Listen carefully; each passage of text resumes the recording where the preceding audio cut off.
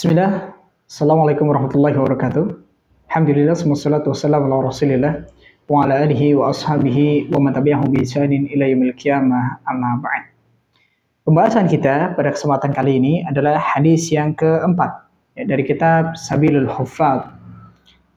Hadis yang keempat ini berbicara tentang beberapa keutamaan terkait daripada shaf pertama, kemudian menjawab panggilan adzan, kemudian juga melaksanakan kewajiban, yaitu melakukan salat fardu. Hadis ini diriwayatkan dari sahabat yang mulia Abu Hurairah radhiyallahu taala anhu.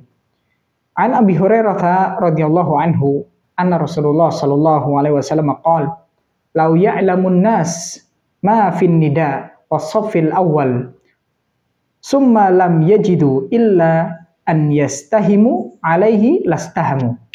Walau ya'lamuna ma fit tahjiri lastabaku ilaih.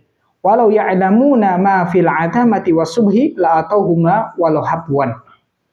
Rasulullah sallallahu alaihi wasallam beliau pernah bersabda, "Lau ya'lamun nas," sekiranya manusia itu mengetahui ma fin nida, apa yang ada pada memenuhi panggilan azan. Wasaffil awal, dan shaf yang pertama, summa lam yajidu, kemudian mereka tidak bisa mendapatkannya, illa an yastahimu, kecuali untuk kemudian diundi. Hari ini si fulan di shaf pertama, hari berikutnya shaf pertama adalah si fulan, dan seterusnya.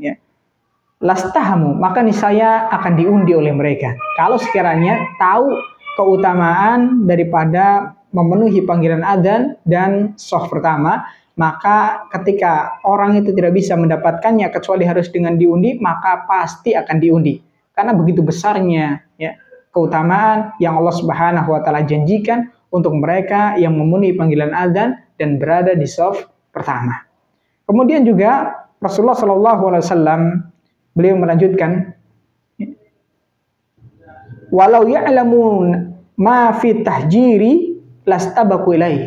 Sekiranya manusia itu mengetahui apa yang ada ataupun yang dia akan dapatkan dengan dia berbagi-bagi, bersegera dalam kemudian menjalankan sebuah kebaikan, atau khususnya di sini adalah salat, lastabaku ilai, maka niscaya dia akan berlomba-lomba untuk kemudian mendapatkannya.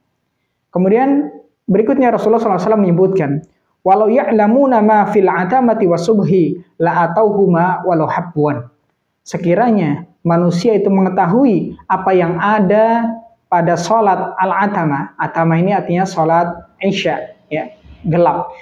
Wasubhi, dan juga subuh, la atauhuma walau habwan. Niscaya dia akan mendatanginya meskipun harus dengan merangkak.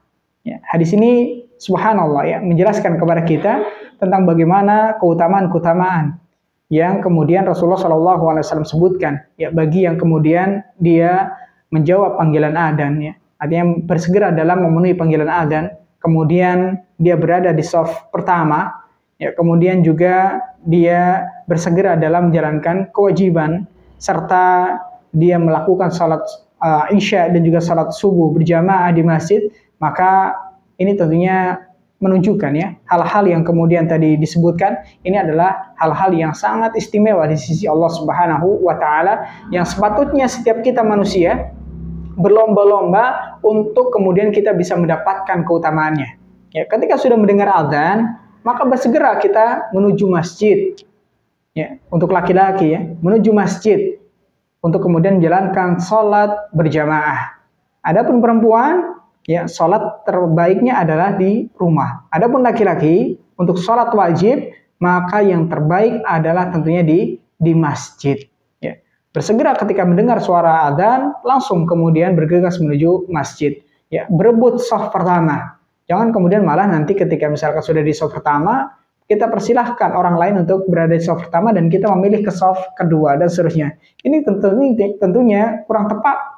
Meskipun mungkin niatnya baik, tapi tidak tepat. Kenapa? Harusnya seorang muslim itu berlomba-lomba dalam kebaikan. Dia mengetahui keutamaan shaf pertama, maka dia harusnya kemudian bagaimana caranya dia berada di shaf pertama. Kemudian juga terkait bagaimana bersegera untuk mendatangi daripada kewajiban. Maka orang itu niscaya ketika dia mengetahui keutamaannya, mereka akan berlomba-lomba untuk kemudian bisa melakukannya. Ya. Kemudian juga Rasulullah SAW mengabarkan tentang bagaimana keutamaan sholat Isya dan subuh berjamaah. Ya. Sekiranya kata Rasulullah SAW, mereka tahu tentang keutamaan ya untuk kemudian menjalankan sholat Isya dan juga subuh berjamaah, maka niscaya mereka akan mendatangi keduanya meskipun harus merangkak. Bayangkan, ya. Meskipun harus merangkak, itu mereka akan mendatanginya. Karena begitu besarnya pahala yang Allah Subhanahu wa taala janjikan untuk orang yang sholat Isya dan juga sholat subuh berjamaah. Ini lebih khususnya. Dan ini adalah dua waktu yang mana rata-rata banyak manusia ataupun kaum muslimin ini malas ya untuk menjalankan sholat berjamaah di masjid. Itu waktu Isya. Ya, sudah capek, ngantuk ya barangkali. Kemudian punya kesibukan apa dan seterusnya.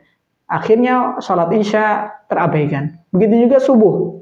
Subuh itu berat ya, dingin ya, masih ngantuk-ngantuk ya, dan seterusnya. Akhirnya kemudian banyak orang yang melalaikan daripada keutamaannya. Padahal kalau sekiranya orang itu tahu tentang apa keutamaan yang Allah Ta'ala dan Rasulullah SAW janjikan ya untuk mereka yang mendatangi sholat subuh dan juga Isya berjamaah, maka niscaya mereka akan mendatanginya meskipun mereka harus dengan merangkak. Wallahu ta'ala a'lam bishawab.